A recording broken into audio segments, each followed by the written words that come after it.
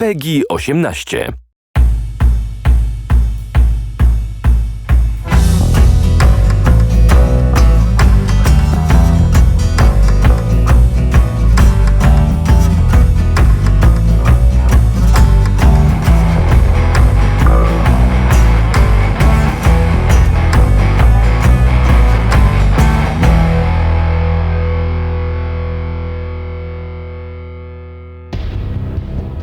Player reactivity, that's the hallmark of a great role-playing game. And the more the world reacts to what you're doing, the more immersive it becomes, the more again, it feels like you're being watched for everything you do. So we've tried really, really hard to make sure we're telegraphing the choices you make and that people are reacting to that. Oftentimes they're kind of subtle. People would have to play a game 2 or 3 times to go, hey, they really thought of that. So I think making sure that we're telegraphing that reactivity to what you're doing is the most important thing. And I think this is probably the most nested edge case reactivity of any of the Wasteland series that we've done. Wasteland 3 continues the tradition of Wasteland 2 in giving the players difficult choices, both personal and political. Personal choices such as there's a scene where there's a gun on a mantelpiece of these poor people's homes, and it's very sentimental because it was their son's gun and he passed, but it's a really, really nice gun, so you could take it, but you would have to kill this nice couple. Murdered him for some shitty gun. And what's interesting is most people won't do it. They won't make these virtual characters unhappy or kill them because they feel bad about it. And that's what I love about these games. You have hundreds of decisions, sometimes thousands of decisions that are all have to play nice with each other. And you have multiple writers over multiple areas writing stories individually. You have to ride herd on all of those people to make sure that everything they do ties up to everything everybody else is doing and also supports the main story.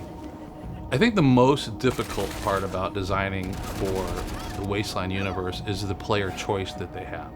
We let them do so many things, but we still need to keep a cohesive story together. So simple things, which is you can pull out your gun and shoot anybody you want in the game. Well, what happens with that? You know, there are quest givers.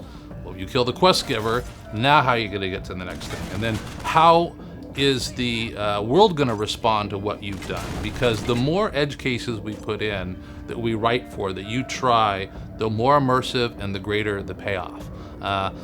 We love it when people try really obscure things and we recognize it and the world pays that off. That's a great feeling whenever that happens. And so I think writing for all the edge cases and creating all the content that you have to in order to make it truly effective, you end up writing 30% more than you would, that you're going to use, that the player's ever going to see. Otherwise, we would have the same experience. So creating all that extra content, knowing most people won't see it, but they might see it, is a big challenge of doing one of these games.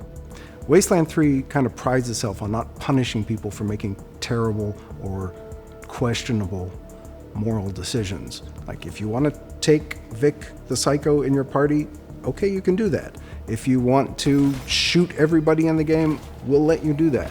What we try to do is make sure that when you do these things, even if you're not punished, you see the consequences. I declare them enemies of the state. If you decide to kill some refugees, you're going to see a weeping mother or a lost child, and you're going to understand that what you did has consequences for people in the world. We do have the choices they make ripple through long periods of time. And there's nothing better than when you made an early decision and then later on somebody's commenting on it. We have a simple device where we have a paper boy. He's just in town and he's always sort of yelling out whatever's going on in the world. Cowardly attack on Colorado Springs! So as you run around, and let's say you blew up the bazaar, he's yelling out, "Bazaar, burn to the ground, read all about it." And right, so every time you go by him, you hear him shouting out what the Rangers are doing. That's just like a small example of a choice and consequence. But again, the world is always watching you, always reacting at different times. Okay, hot Rangers. It is fun designing dark outcomes for player choices, but dark outcomes can't be the only outcomes. Players have to be able to find some light and some balance and sometimes funny outcomes, sometimes pathetic outcomes, sometimes heartwarming outcomes, because when you finish the game, you don't want to be, oh man, that was rough.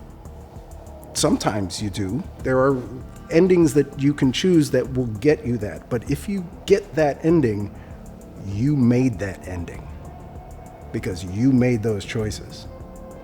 What we try to do is we try to not surprise the player with, if, oh, I'm going to do a good thing, and a terrible thing happens.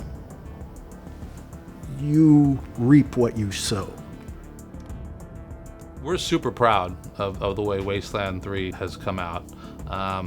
We sit there playing it ourselves, and again, we have teams of writers playing this thing, so we play it through it to some degree as a user would. Like, I don't know everything that's been written, and we sit in the conference room when we play it several times a week, and we just go through and we're just laughing or enjoying or getting these decisions like, oh, what do we do here, and so it's been great to experience it how the users will, and I can't wait to get it in people's hands.